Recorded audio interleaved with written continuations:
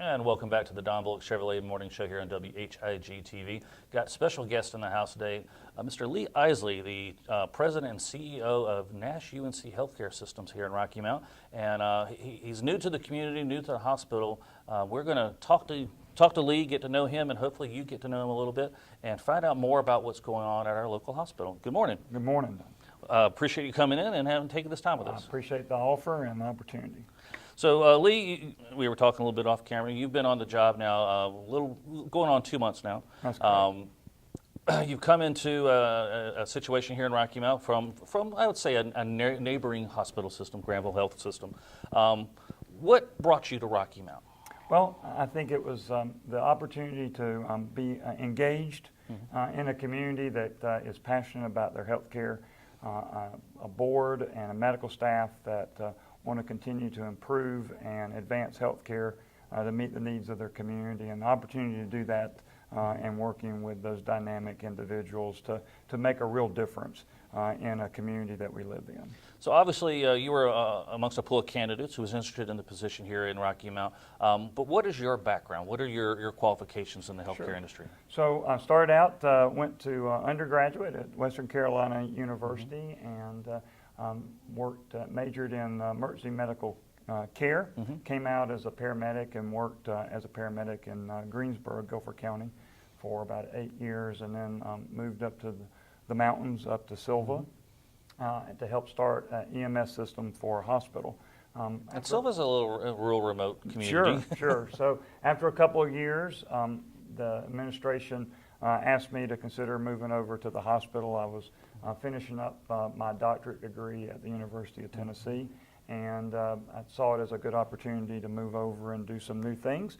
My family and I have always been very committed and engaged in the community healthcare arena and rural community healthcare and making the difference for our neighbors. And so I really believe that in a smaller community, you really get to see the impact that you make in people's lives every day, and that's what draws me to it. So I started working there in Silva for about 10 years, went over to Morristown, Tennessee, and worked there for a little while as a chief operating officer, and then opportunity to be a CEO at Granville presented itself, and I was there for just shy of 12 years and moved over here in April. Well, got quite a story there. And so you started out as a paramedic. So you've started your career in the medical field and continue to grow into it for the administrative side.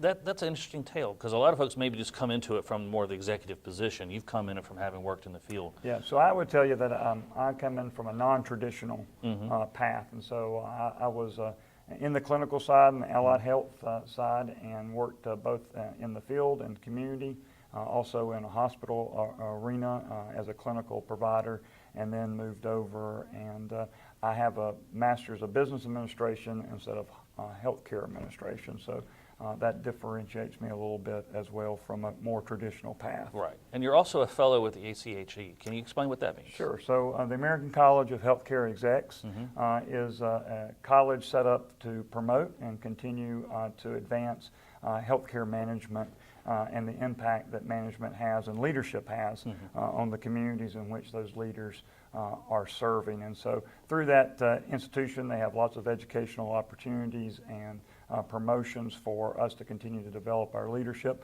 As you progress through that, there are varying ranks or designations, and so fellow is the final designation inside the college. Your highest level of achievement. Sir. Well, and congratulations on that. Thank you. So, you know, you've been here going on 2 months now, and you're learning more about our system as you come in to be the new captain of the ship. And so in order to be the captain of the ship, you also have to understand how the ship has been running before you maybe consider how you might change how the ship is running. What have you done to learn about Nash UNC? So I've been trying to get out into the organization. One of the approaches that I take and the staff have been helping me with and really receive really good feedback is that a program that I call shadowing. So once a week I go into departments and work with the staff doing what they do or whatever they need me to do, which could very well mean that I go for whatever they need or supplies or just simply observe. I get to talk to them about the things that we're doing with our patients. I get to speak to the patients and one-on-one, and a lot of times, even though the staff will introduce me, the patients may not realize what role I play. Right. And so Well, it's not usual to interact with the CEO of the Yeah. hospital in a patient environment. So I get some candid responses, and I get to see, I always believe that regardless of how well intended our decisions are, sometimes in the administrative arena or the boardroom, we can make some decisions that we thought were for the best for the community and the staff, but Right. don't always have play out that way. And if you're not out there seeing what happens, then you don't ever get to know that. So I get to shadow, speak with patients. I've been meeting with the medical staff and community leaders and talking to them about what they need from their CEO, what things that we should start doing that perhaps we haven't been, things that we need to stop doing Right. that perhaps we have been doing, and then what do we need to continue. So let's don't change the good things. Right. And so what do I not need to interfere with? And so those have been ongoing discussions. And then, of course, getting involved in the community, everything from informally making sure that we're signed up to go to the gym in the morning, to participate in community activities, that whether the hospital sponsors or not, things at the meal, and things, making sure that I'm getting around to those community providers that are really impacting the community, and how I can support that, and how my family can support them. Well, and you basically just answered my next question. Whether you're a rural community or in a major metropolitan, hospitals kind of set the tone for the community's health. It's not just about treating health, it's also about preventing problems before you have to treat them.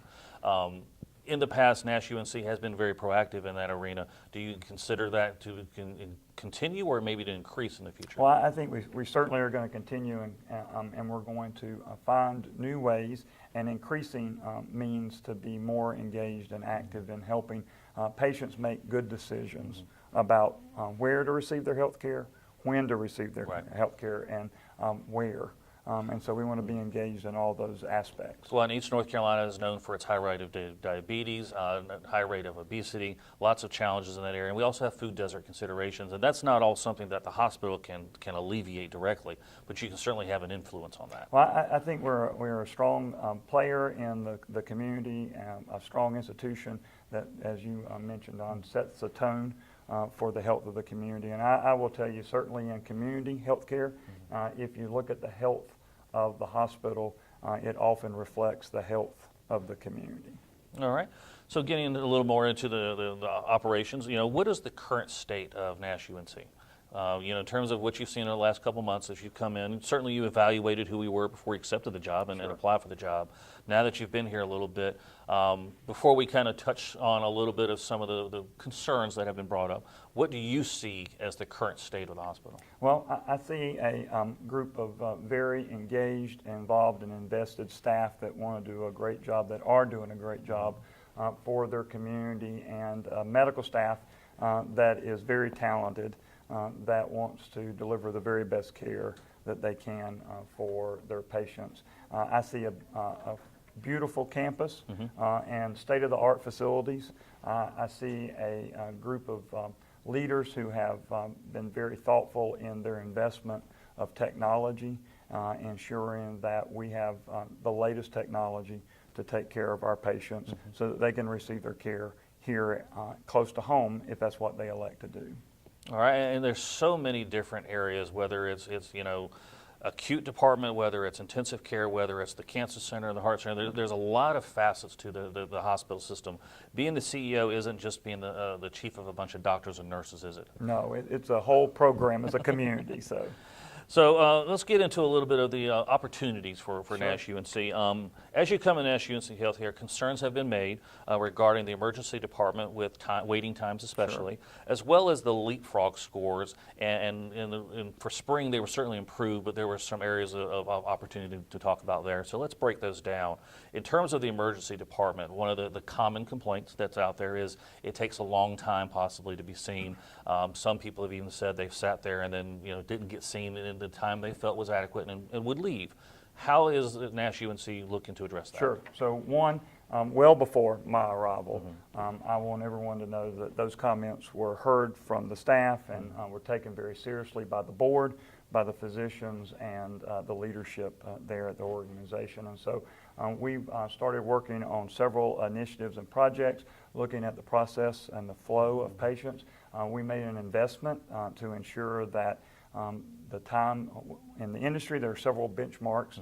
Door to provider is one of those. And so the board and the medical staff leadership decided that we would invest in ensuring that we were reducing that time. The golden benchmark is 30 minutes for emergency departments. And we have actually invested in by putting additional providers in the emergency department, and we're now about 21 minutes from door to provider time. And so we have dramatically reduced those times. The other benchmark that the industry looks at for waiting time is called left without being seen. And that's just where a community member comes in, waits in the waiting room, and decides that they've waited long enough or too long, and before they get to the back or through the doors to be treated, they decide to leave. So left without being seen. Sometimes you'll hear us call it the LWBS, so just the initials. The national benchmark is 2%.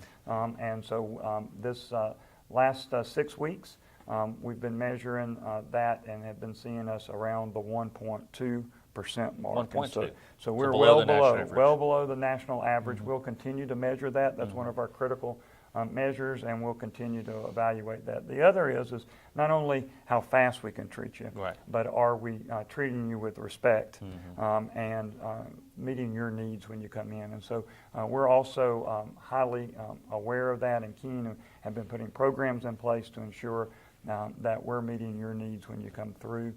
We've had staff look at the process for the waiting room and how we get you information, not only if you're a patient, but if you're a family member. And so we've been looking at that, and then we call it rounding. And so you may have, if you're in the emergency department or the waiting room, you may have someone that looks like me in a suit come up and just ask you how things are going. Have we been keeping you informed of your care? That's and new. Is there anything that we can do to help you during your wait? And so those are all three initiatives that we've undertaken because of the feedback and because we take it very seriously. Well, and I think that last one addresses probably one of the biggest concerns that have been elevated in some conversation publicly is that, okay, I get in and I get triaged, I get seen, and my level of care is evaluated, and then I wait and I wait and I wait, and I don't know what's next. I think having that touch point that you just mentioned while you were still waiting goes a long way towards alleviating the impatience, because when you're in the hospital, your anxiousness is already elevated. Your sensitivity to either my concern or my family's concern is the most important to me, even though there may be others that are more important in front. Managing that, I imagine, is not a indelicate task. No, what I find is that no one likes to wait, and I don't think I don't like to wait, and certainly if I'm waiting and don't know what I'm waiting on, or the process is even worse, right? So we're working to make sure that you have that information. The other is what I find is when individuals understand that we had an emergency or a stroke or some type of trauma that came in front of them, they're understanding that there may be delays. But if you don't know that, then and that's where communication is important. And so those are the things that we're working on that individuals who are coming into the emergency department should be seeing. I would invite your viewers and the individuals, if they're not seeing that, please contact me directly and let me know so that we can make sure that we're putting our attention to that. All right. Moving forward on the Leapfrog Scores, and our viewers here know I've spoken about these quite a bit over the last couple of years, and I personally, professionally, the Leapfrog Scores are somewhat misleading, because on the front you just get a report card score, and for the most recent one for the spring it was a C. But what people may not understand is what goes into making those scores, the voluntary opportunity to respond to those, and then if you don't answer them, it doesn't count against you. So some hospitals that you're compared to aren't necessarily apples to apples. That's correct. But yet you get a score and everybody looks at you the same way. So let's touch on those, because in the most recent Leapfrog score, when we break it down, what Nash UNC was good at, they were very good at. And then what they were opportunities for improvement, there were some opportunities for improvement. That's correct. There was very little that was just average. It was either really good or kind of really bad. Can you address the Leapfrog scoring system as a whole and what your approach on that is, and then also talk about where you've got opportunities? Well, first of all, as you mentioned, it is an array of measurements, and some are very straightforward, Right. and are based off of real time, and some are a little more convoluted, not quite as straightforward, and based off of historic data that may be a year to 18 months old. Right. And so it is very difficult for the staff to navigate through that, and I know a lot of times our board and our medical staff are very anxious about knowing what our score is as we're submitting those scores. And quite frankly, we oftentimes can't tell them what that score is going to be because the formula Right. is very complicated, as you know. And so one of the things that we're looking at is those areas of opportunity, continuing to make sure that we're moving forward and putting in processes. This is really about process. The Leapfrog score is important. It's public data. It is a measurement that tells its community about how its hospital's doing, but it's important that everyone understands some of the limitations, Right. and that some of the data lags behind, and that as an industry, as we all move and all improve, Right.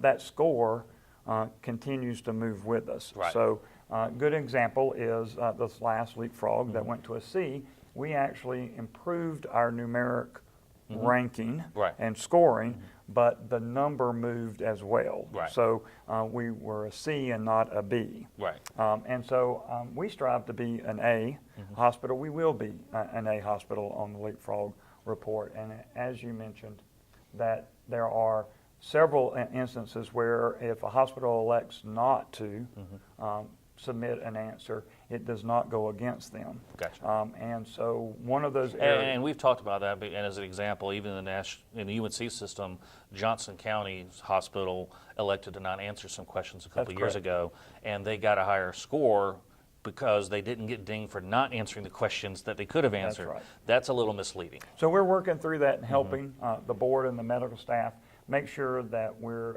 answering the survey as completely as we need to, as appropriate for the care that our community needs and that we provide to our community. Well, one thing I happen to notice in those scores, and this is one of those things where, again, on the surface you see the score and you just take it for face value. Sure. It was the intensive care unit, and there was a knock against Nash UNC for not having properly trained and certified people working in the intensive care unit. Yet there was a compensating score that said the staff were well knowledged and had resources to safely manage and meet all the responsibilities of the intensive care unit. Right. So that's what you call a compensating control. But the public doesn't understand that. When they see these scores, they just see a red and they go, something's wrong. Well, Don, actually, that's the best example of the Leapfrog score and how complicated it is. So there is a belief at the Leapfrog group at a national level that the cardiac care unit or the ICU should be a closed unit, meaning that only certain physicians should be able to admit and care for patients in that unit. That doesn't mean that that's the best thing for the community, and they're not judging that on a community by community basis. Does that mean that you're getting poor care? It means that if you have a internal medicine physician that is very competent, that knows your history and wants to follow you into the ICU, that's possible at Nash. Right. There's a national movement to say that perhaps maybe they should be separate. They should be separate. Gotcha. And so what they also say is that only an intensivist, which is a very specialized physician and requires fellowship, or a pulmonologist, should be allowed to take care of individuals. We do have two pulmonologists and intensivists who are taking care of our patients. They round on those patients every day, but we differ in our definition from the Leapfrog group in 24-hour coverage and availability. Is it fair to say maybe they moved the goalpost on you? I think in this instance, this is one of those things where it's the technicality. We have 24-hour coverage.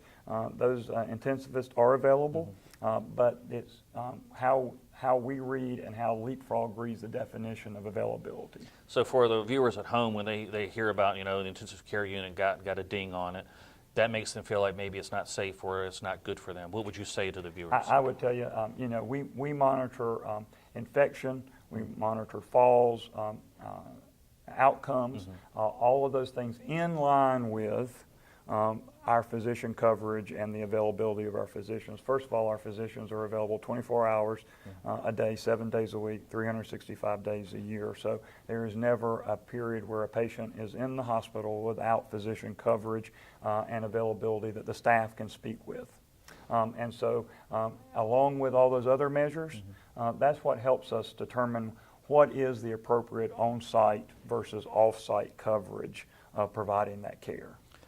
Oh, I appreciate that, and we could talk about the Leapfrog all day. We're not going to do that, but that's an example of where the Leapfrog, it does add value because it gives you a chance to be introspective and look for opportunities, but it also can be maybe somewhat a little misleading in terms of its intent. It's also its own marketing piece. It is. It is marketing for Leapfrog to service other hospitals, and so you got to take all these things maybe a little bit of a grain of salt. We do pay to participate in Yeah. the Leapfrog You surveys. voluntarily pay, you voluntarily fill out the form, and then they grade you how they That's grade right. you on their standards. So I certainly commend the board, leadership, and the medical staff for electing to put themselves through that public scrutiny. Now, outside of Leapfrog, you also have another organization, the Joint Commission. How does that help oversee the hospital as well? Well, every 3 years, we are open to a survey. They come in, they really go through and comb through the entire organization to ensure that we're meeting the national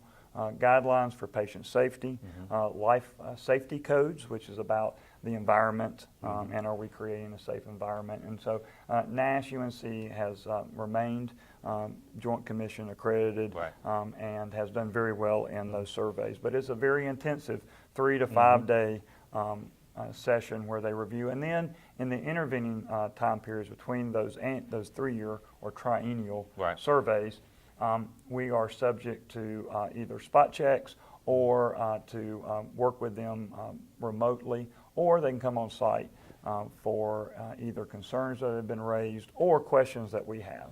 So between the Leapfrog and Joint Commission and just the compliance regulations that are out there, you're keeping on your toes. We are certainly meeting lots of different regulations. Everyone's looking at us as they should. Right. And so there are some areas that the American Heart Association looks at us and grades us on how we're doing with STEMI or heart attack care. And I'm very pleased to announce that we just received the Gold Award, which is the highest award that the American Healthcare Heart Association will award for our ability to treat and care for and the outcome of individuals who come into our facility for that type of care. We also are a designated stroke facility, and so the American Stroke Association has deemed us a Gold Award as well, has deemed us a stroke center, and again, that's a testament to the staff and the physicians and the level of care that is available through our facility. I'm going to get informal here. Look at you in 2 months. You've got it together. You know what's going on. Well, I have certainly, I've had lots of help, and certainly one of the things that I'm passionate about is being involved and rolling up my sleeves and getting in there with the staff and finding out what's going on. And I take this very seriously. My family and I are committed to improving the health care of our community that we live in, and we're passionate about it, and that's what drives us to get up in the morning and come in and make sure that we're doing a good job. Well, as we wrap up the conversation here, I want to touch base a little bit on your administration. As the captain of the news ship, it takes a team. It's not one person doing it. And as you come in, you've had a couple of gaps in your co-leadership. First, let's talk about what you're doing to fill the CFO and CMO position. But then I also want to talk about what do you look for as you're building your leadership team? Sure. What qualities, what kind of thing you're looking to bring to Nash? So we conducted a national search for both the CFO and the Chief Medical Officer. As we started the interviews, I asked the Finance and Audit Committee, which is made up of the board, to participate along with department leadership and the community to participate in reviewing those candidates. We interviewed 4 candidates by phone, asked 3 candidates to come on site. We just finished up those, and I believe this week you'll be seeing, we are announcing that Sean Hartley is going to be joining us on July 2nd as the new Chief Financial Officer. We're very pleased to have that young man and his talent come into our community along with his family. Right. And so Mary and the girls, Mary's a nurse in the emergency department, so we're hoping to be able to also tap into her talents. So you're getting 2 for 1. We hope so, yes.